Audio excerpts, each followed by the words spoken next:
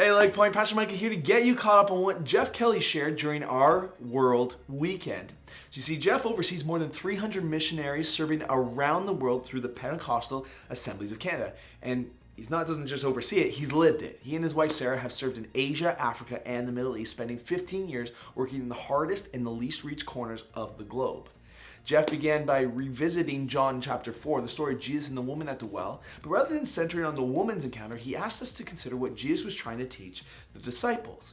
Remember, they had gone into the Samaritan village to buy food. They thought they were running an errand, a quick grocery trip to bring lunch back to Jesus. But while they were doing that, Jesus was engaging in one of the most theologically rich and socially revolutionary conversations in all of Scripture. He was reaching across ethnic, cultural, and moral boundaries to reveal himself as the Messiah. When the disciples returned, they completely missed it. They were focused on the hummus and the pita that they had just picked up in town. And so Jesus looked at them and he said, "My food is to do the will of him who sent me and to finish his work. Don't you say 4 more months and then comes the harvest?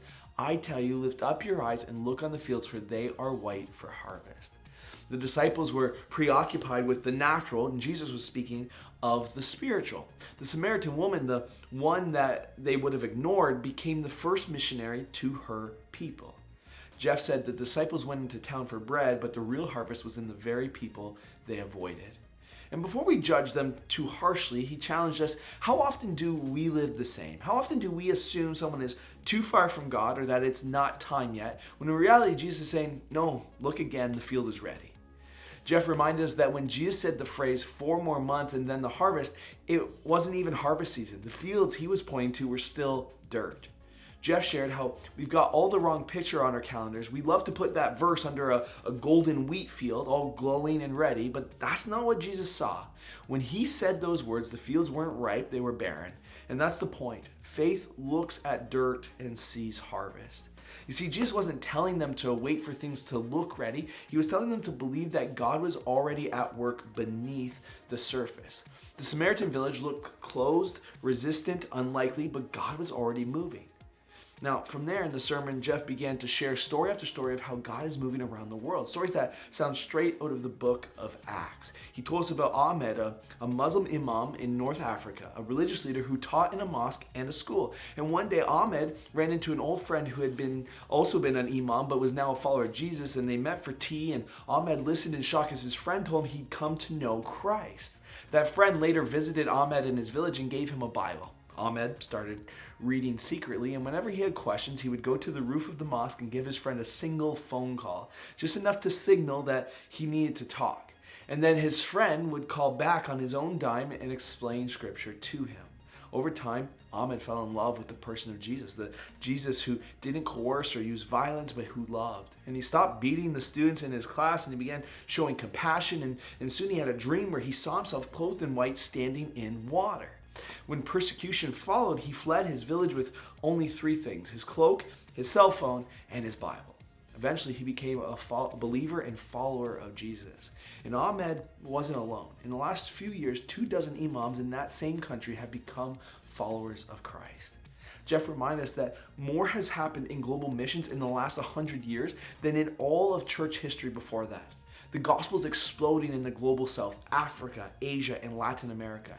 He said Africa, the continent that missionaries once called the dark continent, will soon be the first continent that is more than 50% Christian.